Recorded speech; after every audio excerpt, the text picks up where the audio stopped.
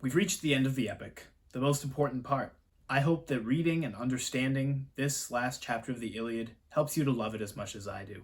But even more, I truly pray that it changes your life, as it has mine, as all great books should.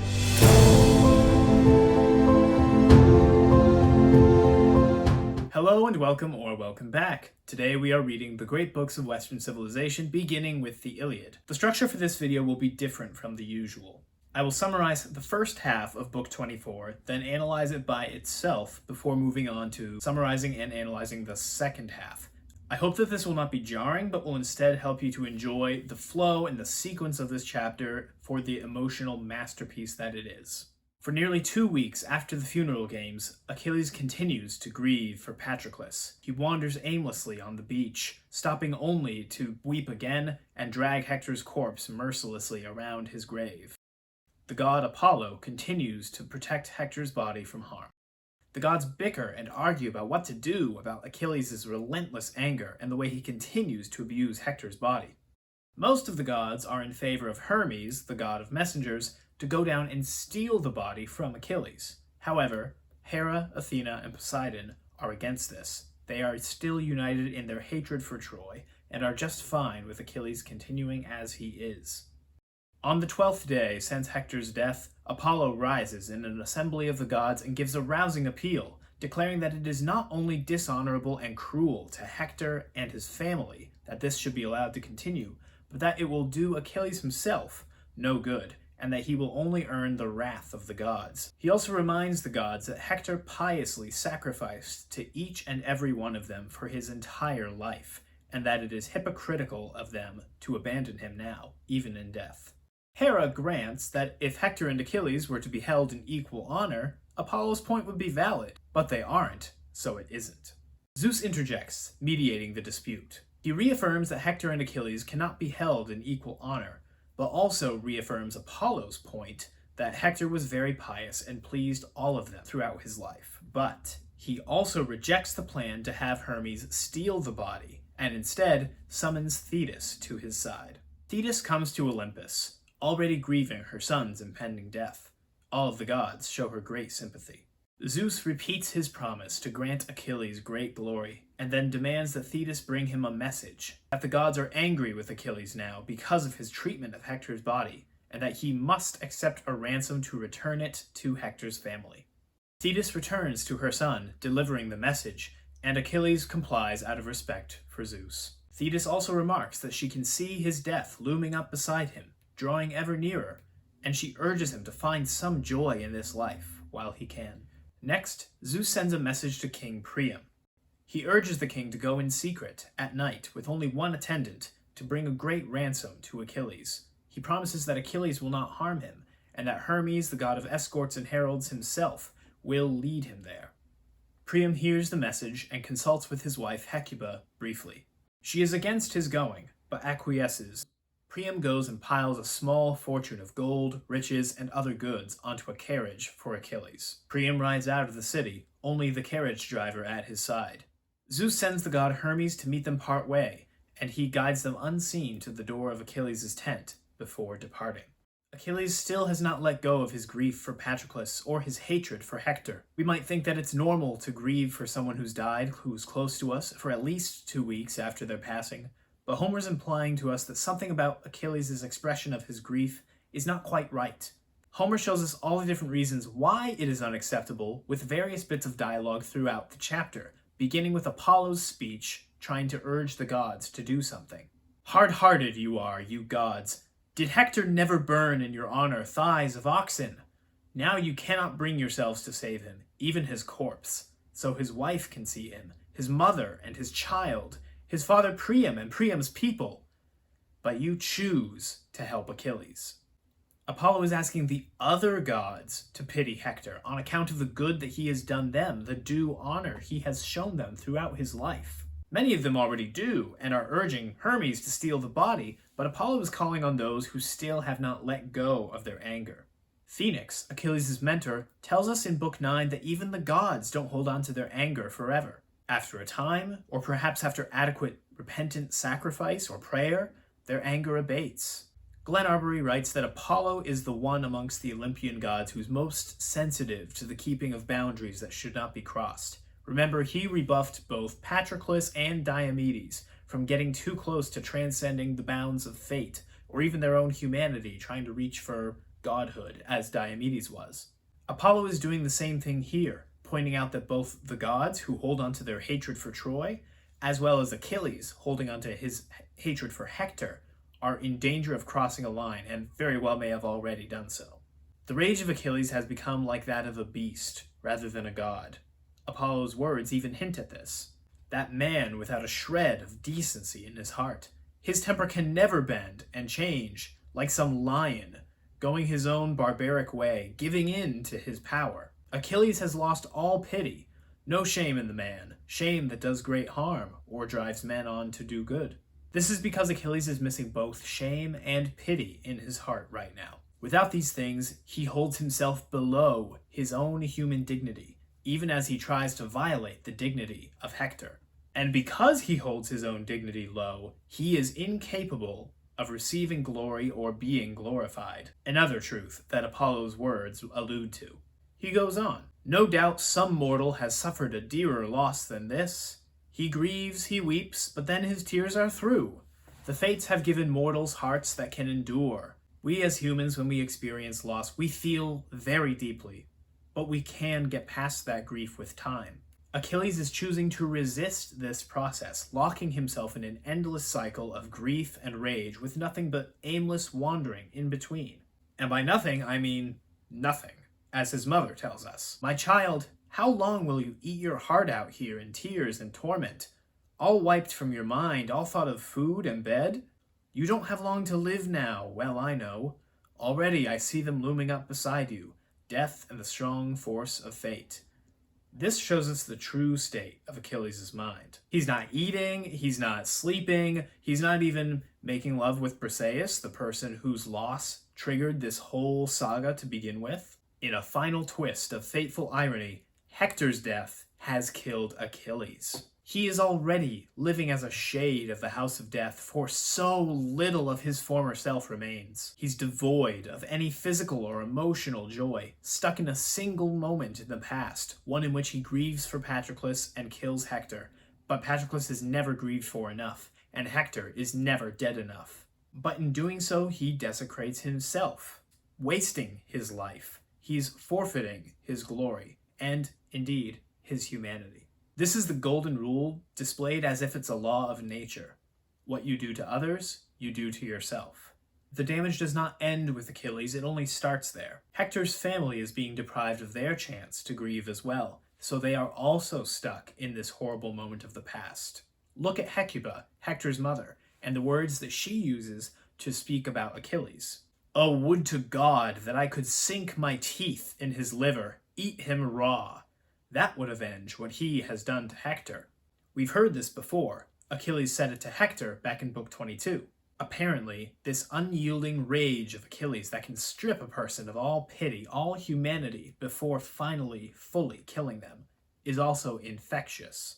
Even Priam has been infected by it. Look at the way he treats his sons on his way out the gate. He is filled with loathing for them. He does not appear to recognize that in himself, but I believe that it is his recognition of this hatred in Hecuba that drives him to finally leave and go bring the ransom to Achilles, despite the fact that his wife was urging him not to. Without making peace or restoring pity, the rage of Achilles will never end. It will live on, in Hecuba, in Priam, in the rest of the Trojan refugees, and those that they victimize, and those that they victimize. Zeus agrees with the gods that pity and love Hector, for he does too, and implicitly agrees that Achilles' rage has gone too far. But he does not allow the body to be stolen, because that would leave a huge problem unsolved. Because of the offense that he has committed against dignity, against decency, Achilles is hardly human right now. And without his humanity, he cannot be glorified. And without his glory, he has not fulfilled his vow to Thetis. So, in a stroke of benevolent brilliance, Zeus sets all things to right at once. Hector, Achilles, his horrible actions, the Trojans, their grief, by simply bringing Thetis to him and repeating his vow. I will grant Achilles glory, and so safeguard your awe and love of me for all the years to come. Tell him, the gods are angry with him now, and I am rising over them all in deathless wrath, that he in heartsick fury still holds Hector's body there by his beaked ships, and will not give him back. Then, at the same time, I am winging Iris down to great-hearted Priam, commanding the king to ransom his dear son, bearing gifts to Achilles, gifts to melt his rage. Stealing the body would not end Achilles' anger. A face-to-face with Priam, however, might. Bernard Knox tells us that Achilles agrees to accept the ransom, but his heart is still of iron. He's not moved emotionally at all. He complies with Zeus's command, but he's as indifferent to it as he was towards Agamemnon's offer of gifts. Despite their grief and rage, however, both Priam and Achilles decide to obey the commands given to them. And because of that obedience, a chance for healing is possible. Priam enters the tent stealthily. Achilles is at dinner, attended by several other soldiers. Priam creeps close without being noticed, and then throws himself at Achilles' feet, seizes his hands, and kisses them. He enjoins Achilles to remember his own father, old and alone, before begging for pity and identifying himself as Hector's father. These words stir in Achilles a deep desire to grieve for his father, who will soon lose a son and will soon die afterward. Both men weep and grieve freely for several minutes. When they are done, Achilles reflects briefly on his own life and that of his father, how he knows that his father is old and alone with no one to care for him, and that because of that, he understands Priam's pain. He suggests that they both try to move past their grief. Priam speaks up, interrupting Achilles' monologue, reminding him that he's here to see his son's body. Achilles is angry at this interjection and threatens to hurt Priam if he should provoke him further. Nevertheless, he goes with his men to swap the gifts on the carriage for Hector's body. Achilles himself wraps Hector's body in fine linen and lifts it onto the carriage. Achilles returns to the king and informs him that his son is now laid in state. He urges Priam to join him for dinner, which the old king complies with. The two quietly admire each other as they eat, Achilles' godlike appearance as well as Priam's nobility. After dinner, Achilles puts out 2 beds for Priam and his attendant outside of the tent. He explains that Greek captains come in unannounced all the time, and should Priam be discovered, it would be difficult for him to leave. Achilles also asks before going to bed how many days Priam needs to bury Hector. Priam responds that he would need 12 days all told. Achilles then vows that he will hold back from the fighting for 12 days, and will prevent any of the Greek soldiers from fighting either. The 2 men shake hands and go to bed. First of all, we have to remember that Achilles is not expecting Priam himself, but a herald or a messenger, as a king would normally send. His response to Thetis even hints at this. The man who brings the ransom can take away the body. The man, not the king, not his father, just whoever. Secondly, Hermes tells Priam before he enters the tent that he should beg Achilles by his father, by his mother, even by his son. This is the same appeal that Hector tried before he died, and it fell on deaf ears, so we're not really expecting this to work either. But it's Priam's approach that determines the outcome. First, without a word, he goes up to Achilles, throws himself on his knees, and kisses his hands. Knox tells us that this is the position of a suppliant or a fugitive, a person who's committed a crime and has fled their homeland in hope of shelter and safety from the neighboring lord who has no grudge against them. But here, the situation is reversed. Achilles is the one who has done the wrong, and Priam is the one who has been wronged. Yet it is Priam on his knees begging for mercy, and begging from the one who did him the wrong. Next, he begs Achilles to remember his father. As old as I am, no one there to defend him. But at least he hears that you're still alive. Hopes rising day by day to see his beloved son come sailing home from Troy. Achilles knows that he will not be returning home, and so, soon, his father will hear the news and be filled with despair at his son's death. Priam slowly unveils his identity to Achilles, but in such a way that his own likeness to Achilles' father is emphasized, by age first, and then by the loss of his son. I fathered hero sons, and now not a single one is left. But one was left to me, to guard my walls, my people, to guard his home. This is the task that he just reminded Achilles that no one is doing for Peleus, but that Achilles could do if he came home safely. By this, Priam not only strengthens the connection in Achilles' mind between himself and Peleus, but also between Hector and Achilles. One was left to me, the one you killed the other day, my Hector. It's all for him I've come, to win him back from you. I bring a priceless ransom.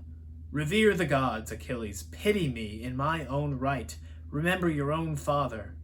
I deserve more pity. I have endured what no one on earth has ever done before. I put to my lips the hands of the man who killed my son. All is revealed. Achilles finally understands what everyone has been trying to tell him all along. What Agamemnon, Nestor, Odysseus, Ajax, Phoenix, even Patroclus, and even Hector have tried to tell him before. Now Priam tells him. Pity. Don't live with unyielding anger that can never change, or don't let yourself be overindulgent in grief that only leads to rage. Zeus pours out both pleasures and pains into everyone's life, Achilles says aloud, and it is not good for someone to drink too deeply of just one. Not pleasure, like Paris, and not pain, like Achilles. He gets it now. Pity, that piece of humanity without which he was reduced to a husk of a man. He can see now his father Peleus in Priam, two old men that will never see their sons alive again, and therefore he can also see himself in Hector. That is pity. To choose to see, maybe even love, another person as yourself. Achilles and Priam weep aloud together, but not unproductively like before. Instead, when they finish weeping, we're told that all longing for tears leaves Achilles. This is what the Greeks would have called catharsis. They are healed now, and their humanity is restored. Despite Priam's outburst and Achilles' brutal response, we see evidence that this healing has taken place. Achilles lifts Hector's body onto the carriage himself, wraps it in linens, in fact, a fancy funeral garment himself. This once again symbolizes his acceptance of his own death, but also his shared humanity, his shared likeness with Hector. Then he and Priam sit down to eat, and Priam reveals that he, like Achilles, has been fasting since he was plunged into grief. Achilles even sleeps with Briseis that night too, which we're told by Thetis was not happening before. He's alive again, and he's willing to take part of abundant life. The greatest and most beautiful moment that proves to us the change of heart that Achilles has had, though, comes just before he goes to bed and sends Priam to bed too. He asks Priam how many days he needs to bury the prince, and he vows that he will keep back from the fighting for that long, and will keep all the other Greeks from doing so too. This is the exact same action that he took at the beginning of the story, out of selfishness, out of desire for glory, out of hurt pride, and now he's doing it out of compassion, out of pity, and love for his fellow man. And so the rage of Achilles finally ends, for he has learned to pity others, even his greatest enemies, because after all, sometimes you are your own greatest enemy, as Achilles was to himself. Hermes wakes Priam before dawn, fearing that he will be caught. Priam drives his cart with his son's body back to the city, and the people come out to meet him. One and all, they grieve anew for Prince Hector.